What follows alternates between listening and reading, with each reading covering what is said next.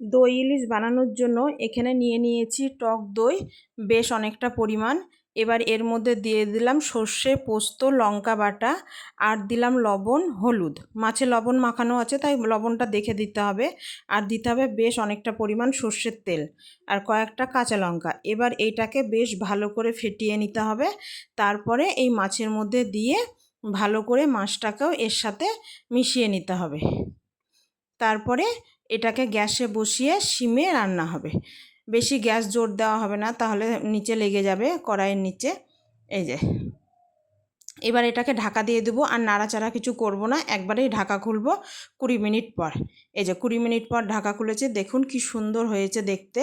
আর মাছগুলো একটাও ভেঙে যায়নি। এই যে খুব আস্তে আস্তে নাড়তে হবে, নাহলে ইলিশ মাছ এমনিতেই খুব নরম মাছ, তো তখন ভেঙে যাওয়ার ভয় থাকে।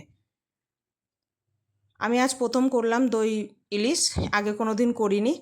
সবাই করে দেখে খুব ভালো লাগে তাই করলাম। তো খেতেও দুর্দান্ত হয়েছিল, একবার সকলে করে দেখতে পারেন। এইভাবে দই ইলিশ খুব সহজেই হয়ে যায়।